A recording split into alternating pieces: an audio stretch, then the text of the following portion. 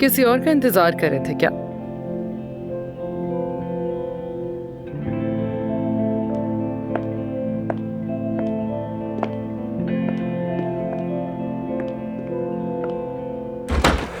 देखो, जो भी हुआ उसका अफसून से कोई लेना देना नहीं। अली को नौकरी पर मैंने रखा है, अफसून ने नहीं। आपने हैरान कर दिया। हैरान तो तुमने भी मुझे किया है। तुम्हें क्या उम्मीद थी मैं क्या करती जब तुमने प्रेस के सामने हॉस्पिटल छोड़ने का ऐलान कर दिया? 20 सालों की मेहनत और उस हॉस्पिटल को मिट्टी में मिला देती क्या? मैंने बहुत सेक्रीफाइस किया है उस हॉस्पिटल के लिए और बहुत कुछ छोड़ा है उसके लिए। मेरी जिंदगी का सबसे कीमती असासा मेरी बेटी है, लेकिन वो ही मुझे देखना नहीं चाहती। यही वजह है। आपको लगता है वो गलत है? नहीं, रहती तो मेरे सामने ही है, लेकिन मैं उसके दरवाजे तक भी नहीं जा सकती। आज तो जा भी नहीं सकती क्योंकि उसका कोई मेहमान आया हुआ है। अच्छा, वाकई?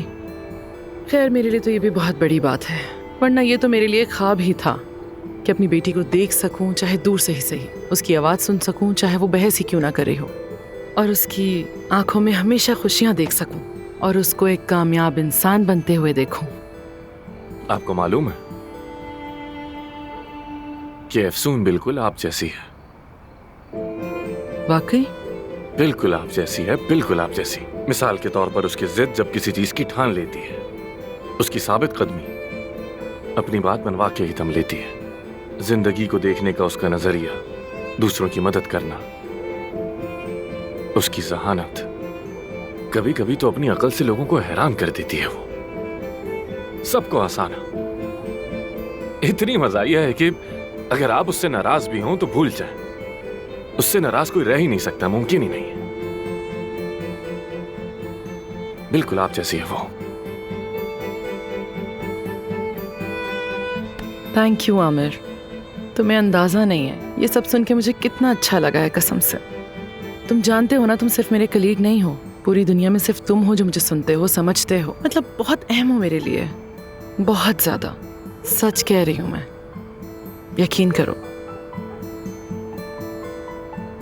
हम अपनी रेपुटेशन बहाल कर सकते हैं जो अली के आने से मुतासिर हुई है। सब ठीक हो जाएगा एक दिन। अली या कोई और, ये सब आर्जी हैं। तुम हमेशा के लिए हो, उस हॉस्पिटल की जान हो तुम, और हॉस्पिटल के दरवाजे तुम्हारे लिए हमेशा खुले हैं। प्लीज तुम अपने फैसले के बारे में एक बार सोचो, अपने बाबा के लिए नहीं, मेरे लिए। मैं बस यही चाहती हूँ तुमसे।